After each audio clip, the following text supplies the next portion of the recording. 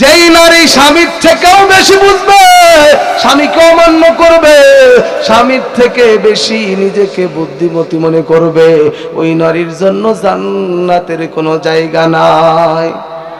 আমার রাসূল বলেন, ওয়াতাত বালাহা, স্বামীকে প্রাধান্য দাও, স্বামীর সাথে এমন আচরণ করো স্বামীর মন যেন খুশি হয়ে যায়। স্বামীর সাথে খারাপ আচরণ করা যাবে, স্বামীর আনুগত্য হও, তার মানে স্বামী যেটা পছন্দ করে ওইটা করো, স্বামী যেটা বলে সেটা মানো।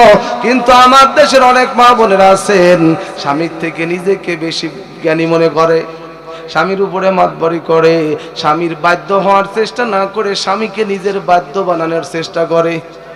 আছে না নাই? আর কথায় কথায় বলে, আমি দেখি এখনো তোর সংসারে আছি। কথা কন না কেন? আমি দেখি এখনো খেয়ে গেলাম, অন্য কেউ হলে কবে চলে যেত। এই কথা বলে কি না? এই কথা বলে নাই এমন কোন স্বামী আছেন এখানে? থাকলে আদর্শ করেন না। মাগো, ও বোন, রাসূল তোমাকে নিষেধ করেছে, স্বামী না বুঝলেও তোমার থেকে বেশি জ্ঞানী, এটাই তোমাকে মানতে হবে। স্বামী যেটা পছন্দ করে, স্বামী যদি পছন্দ করে স্বামীর আব্বা আম্মা, তোমার শ্বশুর শাশুড়ি, তাদেরকে ভালো যত্ন করবে, তাদেরকে ভালো রান্না করে খাওয়াবে, তুমি এটা করতে বাধ্য। এই দেশের মহিলারা সব করতে রাজি আছে, স্বামীর জন্য মাছের বড়টা মাথাটা রেখে দেয়, মাছ আনলে পরে মাছের বড় মাথা স্বামীকে দেয়, ছেলে মেয়েকে দেয় না, নিজেও খায় না, স্বামীকে খাওয়াবে। কিন্তু ও বোন, তুমি যদি জানো এই মাছের বড় মাথা স্বামীর পাথে তুলে দেওয়ার আগে যদি তোমার শ্বশুর শাশুড়ি, বৃদ্ধ শ্বশুর আব্বা, শাশুড়ি আম্মা, তাদের থালায় যদি তুলে দাও, এই দেশের স্বামীরা নিজে খাওয়ার থেকে আব্বা আম্মাকে খাওয়াইলে 1000 গুণ বেশি খুশি হয়। কথা কয় না করে? আর এই দেশের মহিলাদের স্বভাব হলো, তারা সব করতে রাজি আছে, বাবার বাড়ির মেহমান আসলে পারে মোরগ পোলাও রান্না করে খাওয়াবে, কিন্তু ঘরের ভিতরে শ্বশুর শাশুড়ি আছে, তাদেরকে ভালো দিতে রাজি নাই। যদি স্বামীর সাপে দেয়, তারপরেও দেখবেন একদিন যদি শ্বশুর শাশুড়িকে ভালো খাওয়ায়, তাহলে তার মুখের দিকে চাওয়া যায় না, কুত্তার বাসার মতো মুখ কালা করে, মনে হয় ওর মুখের উপরে ঠাটা পড়ছে, ওর গজব শুরু হয়ে যায়। কথা কান ঠিক কিনা? চাষিরা মনে মনে কয়, হুজুর এতক্ষণ যে লাইনে ছিলেন ভালোই ছিলেন, এখন কই আসলেন? না, এই দেশের ভিতরে অনেক মহিলা আছে, স্বামী সংসারে বিবাহ করছে, বিবাহ করে স্বামীর বধূ হয়ে আসছে, শ্বশুর বাড়ি আসার পরে তার এক দফা এক দাবি, আমার স্বামীকে, আমার জামাইকে কেমনে শ্বশুর শাশুড়ির কাছ থেকে আলাদা করা যায়, খালি সেই চিন্তা করে। ওর এই টেনশন। আর যদি মা বোন যদি একটু বাটপার হয়, ওইগুলো খালি বুদ্ধি দেয়, আরে তোর স্বামী এত ইনকাম করে, এত টাকা পয়সা কামাই করে, তোর শ্বশুর শাশুড়ি সব খেয়ে ফেললো, তোর ননদ দেবর এদেরকে দিয়ে দিল রে, এই যে টেনশন ঢুকায় দেয়, তাড়াতাড়ি কেমনে আলাদা হয়ে যায় সেই ফিকির করে। ও বোন, আমার উপর রাগ হচ্ছেন না? বোন গো, তুমি আজকে হয়তো বেটার বউ, কিন্তু 2 দিন পরে তুমিও তো শাশুড়ি। মাগো, তোমার কলিজার টুকরা সন্তানকে যদি তোমার বেটার বউ যদি তোমার থেকে দূরে সরায় নিয়ে যায়, তুমি কি ওই দিন সহ্য করতে পারবে? সেদিন তো কান্না ছাড়া কোনো উপায় থাকবে। আবার অনেকে একটু মাসলা জানে, সে আবার ফতোয়া দেয়, আমাকে আর রাসূল বলেছে স্বামীর খেদমত করতে, শ্বশুর শাশুড়ি খেদমত করা কি আমাকে আল্লাহ বলছে? আরে তো শ্বশুর শাশুড়ি না থাকলে তো স্বামী এটা আসলো কোন জায়গা থেকে? কথা কন না কেন? মানে উনি গোড়া কেটে মাথায় পানি ঢালবে, আছে না নাই? মূর্খ, গাধা। আর যুবক, তোমার কি হলো? তোমার কি হলো? তুমি তো বিবাহের আগে মা বাবাকে অনেক ভালোবাসছো, আব্বা আম্মা ছাড়া তোমার দিন কাটে নাই। বিবাহের পরে চৌধুরীর বেটি আসছে, আর এখন তোমার আব্বা আম্মার কথা ভালো লাগে না, তুমি বউর কাছে মুড়ি দইছো। কথা কর না কেন? আর কি করবে? ওই ওই ডাইনির বাচ্চা খালি কানের ভিতরে এমন বিষ দেয়, খালি কুকথা, শাশুড়ির নামে নালিশ, বাবার নামে নালিশ দিতে দিতে সন্তানের মনটাকে মা বাবার থেকে দূরে সরায় দেয়। ও মা, তোমার স্বামীর জান্নাত তো তোমার শ্বশুর শাশুড়ির পায়ের নিচে, তুমি জানো না মা? তুমি তোমার স্বামীকে শ্বশুর শাশুড়ির বিরুদ্ধে নালিশ দিয়ে দিয়ে তার মনটা যে আব্বা আম্মার থেকে সরায় নিয়ে গেলে, তার মানে তুমি তোমার স্বামীকে জাহান্নামে পাঠাই দিলে। এই জন্য আমি আমার মা বোনদেরকে বলবো, মা, শ্বশুর শাশুড়িকে আব্বা আম্মার মতোই ভালোবাসতে হবে। তোমার মা তোমাকে কত মারছে, কত বকছে, তুমি তো একদিন পরে ভুলে গেছো। আর শাশুড়ি বুড়ি মানুষ, কবে কোন দিন একটা কথা বলছে ও কিয়ামত পর্যন্ত মনে রাখে। শ্বশুরে একটা কোন দিন একটু কি বলছে, ধমক দিছে, ও আর ভুলবে না জীবনে, কারণ এটা মনে রাখলেই লাভ। কথা কন না কেন? মনে রাখলেই তাড়াতাড়ি আলাদা হয়ে যায়, সুযোগ আছে। জোরে বলেন ঠিক কিনা? তো আমার ভাইরা, যে কথা বলতেছিলাম, পর্দা মহিলাদের করতে হবে। আপনি দায়ুস হবেন না, আপনি বড় ভাই। এই যুবক, তুমি স্বামী, তোমার বিবিকে কেন ফেসবুকে দিছো? বিয়ে করে ফেসবুকের ভিতরে হ্যালো গাইস, এই যে বিবাহ করছি, দেখেন আমার বউ, নতুন জীবনে পাও দিছি, তোর পাও জাহান্নামের আগুনে পুড়ে গেছে। তুই বিয়ে করছিস ভালো কথা, তোরে বউ কি ফেসবুকে দেওয়ার জিনিস? এটা কি আন্তর্জাতিক বউ? এ কি সবার বউ? বউ তো তোর, তুই একা একা দেখবি, পড়ায়া দেখবি, সাজায়া দেখবি, যেমনে মন চাই সেমনে দেখবি। দেখলেই নাকি দেবে কে?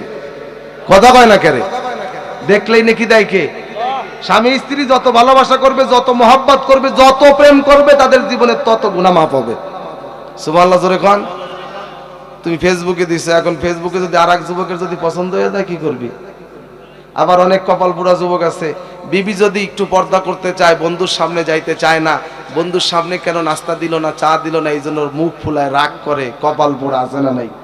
মোটর সাইকেলের পিছনে সাজায়া মেকআপ দিয়ে পিকআপ দিয়ে তারপরে টান দেয়। আরে যুবক, তোর এই সুন্দরী বধূকে রিকশাওয়ালা, ঠেলাওয়ালা, দিন মজুর, বুড়ো গুড়ো, মুসি মেথর সব দেখে, আর ঘরের ভিতরে ফিরলে হাজার হাজার লক্ষ লক্ষ জিনার গোনা ঘরের ভিতরে নিয়ে ফিরলে। কথা কন না কেন? সারা দুনিয়ার মানুষকে দেখাবা, তোমার মন তো উদার মন, সবকে দেখাইতেছো তুমি আলতো মডার্ন, তোমার মনে দোষ নাই। এই জন্য আর এক যুবকের পছন্দ হয়ে গেছে, আস্তে আস্তে তার সাথে সম্পর্ক পরকীয়া শুরু হয়ে গেছে। এখন হুজুরে কয়, হুজুর একটা তাবিজ দেন, আমার বউ বয়ফ্রেন্ডের সাথে চলে গেছে। আল্লাহর কসম করে বলি, তোর বউ জীবনে কোনোদিন বয়ফ্রেন্ডের সাথে গেলে আর ফিরে আসবে না। হুজুরের তাবিজও কাজ হবে না, তুমি শুয়ে শুয়ে কানবি আর চোখের পানি দিয়ে বালিশ ভিজাবি, লাভ হবে না। আগেই বিবিকে পর্দায় রাখার কথা বলেছেন কে? মা বোনেরা, আপনাদেরকে বলবো, পর্দা করবেন, রাগ করবেন না, পর্দা করলেই মুক্তি। আবার অনেকে এমন বুরকা পরে, বুরকা পরার থেকে মনে হয় না পরাই ভালো ছিল, মাজার এখানে জোরে গিট্টু দিয়ে টাইট করে বাঁধছে। আবার জিকমিক সিকমিক চায়না বুরকা, তারপরে বাদুর বুরকা, কত রকমের ঢক বেঢকের বুরকাগুলো পড়ে, এটাকেও পর্দা বলা যায়? পর্দা করতে হবে খাঁটি পর্দা। মাদ্রাসার ছাত্রীদেরকে দেখছেন, একেবারে কালো, মাথা থেকে পা পর্যন্ত ডাকছে, চোখও দেখা যায় না। সুবহানাল্লাহ না কেন? আবার দেখবেন হক্কানি পীরের মুরিদ, তাদের বিবিদেরকে দেখবেন কেমন বোরকা পরে। ইসলামী আন্দোলনের কর্মীদের ভাই, তাদের বোনদের, তাদের বিবি, তাদের মাদের দেখবেন কেমন বোরকা পরে। ওই বোরকা পড়তে হবে, দেখে যেন কেউ তোমার প্রতি আকৃষ্ট না হয়। এমন বোরকা পড়ছে, বোরকা দেখেও যুবক গান কয়, আলতা রাঙা পায় আবার নুপুর পরেছে, বোরকা পরা মেয়ে পাগল করেছে। কি বোরকা পড়ছে যে তোমার বোরকা দেখেও যুবক পাগল হয়? এই বোরকা চলবে? খাঁটি পর্দা করবে, তাহলে যুবক সমাজের কোন যুবক তোমাকে ইফটিজিং করতে সাহস পাবে? এই বিড়ালের সামনে যদি শুটকি ঝুলায় রাখেন, বিড়ালের সামনে ইলিশ মাছ ভাজা করে রাখছেন, ঢাকনা নাই, তাহলে ওই বিড়াল কি শুটকিরে বাঁচায় রাখবে? সিরে সিরে খাবে। ঠিক কিনা ধরে খান? ঠিক তেমনি ভাবে যতই আমরা হুজুররা ওয়াজ করি, প্রশাসন জেল জুলুম, প্রশাসন যতই ফাঁসি দেয়, যাবজ্জীবন জেল দেয়, যদি বুরকা পর্দা যদি সমাজে বাস্তবায়ন না হয়, ইফটিজিং ধর্ষণ বন্ধ করা সম্ভব নয়। বিড়াল যেমন খোলা শুটকি দেখলে মাথা ঠিক থাকে না, যুবক কেন, যুবক তো দূরের কথা, বুড়ো মানুষও তো যদি ভালো করে একটা পিকআপ টিকআপ করে, যদি ঢক ঢুক করে সেজে গুজে যদি কোনো মেয়ে যদি রাস্তা দিয়ে হাঁটে, বুড়ো মানুষ আ করে যায় থাকে। ওই ফজরে আসরের নামাজের পরে রাস্তায় হাঁটে আর তসবিহ করে সুবহানাল্লাহ সুবহানাল্লাহ। আর যদি সুন্দর একটা যুবতী মেয়ে যদি রাস্তা দিয়ে পর্দা যায়, তাহলে হা করে চায় থাকে, কিরে চাচা, ও ইন্না লিল্লাহ ইন্না লিল্লাহ। ঠিক করে কর, মানে ওইদিকে যাবে। এই আকর্ষণ সৃষ্টি করছেন কে? এখন আপনি যদি বলেন, হুজুর আমরা অত খারাপ না, আমাদের চোখ ওদিক যায় না, তাহলে আমি বলবো তুই বাটপার, অথবা তোর রোগ আছে, হারবাল খা। কতক্ষণ ঠিক কিনা? তোমার জামাই যদি তুমি পুরুষ হও, এই জন্য নারী পুরুষের পর্দার বিধান কে করেছেন? আর আমাদেরকে বলেছে চোখ নামাও, চোখ নামাও। একবার যুবক যদি একটা সুন্দরী মেয়ে রাস্তা দিয়ে যায় বেপর্দা, তুমি যুবক যদি চোখ নামাইতে পারো, তোমার জন্য সঙ্গে সঙ্গে 2টা জান্নাতের ঘর শুরু। সুবহানাল্লাহ জোরে বলবেন না? এই যে এখানে কারেন্টের লাইট জ্বলতেছে, তার কয়টা দিছে? নেগেটিভ পজিটিভ, দুইটা তার। এখন যদি কোনো বিজ্ঞানী বুদ্ধিজীবী বলে, এই এলাকার মুসলমান তোমরা বোঝো নাই, বড় বিলা এলাকার মুসলমান, এই লাইট যে জ্বালাইছে দুইটা তার নেগেটিভ আছে পজিটিভ আছে, এই দুইটার মাঝখানে পর্দা আছে, কাবার আছে, কাবার খুলে ফেলে দুই তারকে একসাথে মিশায়ে পেঁয়াজ দিয়ে লাইট জ্বালাও, দেখবে আলো বাড়বে। আসলে কি আলো বাড়বে না ফাটবে? আগুন জ্বলবে। সমাজের কত বুদ্ধিজীবী আছে আমার মা বোনদেরকে বুঝাইতেছে, এই নারী সমাজ তোমাদেরকে মোল্লারা হুজুরেরা কোরআন হাদিসের কথা বলে ইসলামের দোহাই দিয়ে পর্দার ভিতরে আটকায় রাখতে চায়, বন্দি করতে চায়। তোদের পর্দায় থাকার দরকার নাই, থাকবো না আর বন্দি করে। দেখবে এবার জগৎ ঘুরে, পর্দা ছেড়ে রাস্তায় আয়, অফিসে আয়, মাঠে আয়, রাস্তায় কাজ কর, কাঁধে কাঁধ মিলিয়ে আমরা কাজ করব, দেখবি সমাজে উন্নতি হবে। আসলে সমাজে উন্নতি হয় নাই, সমাজ আরো ধ্বংস হইতেছে। ঘরে ঘরে পরকীয়া ঢুকছে। জোরে বলেন কথা ঠিক কিনা? পর্দার ভিতরে থাকলেই লাভ। জোরে বলেন ঠিক কিনা? আল্লাহ পাক কবুল করেন, বুঝার তৌফিক দান করেন। জোরে বলেন আমিন।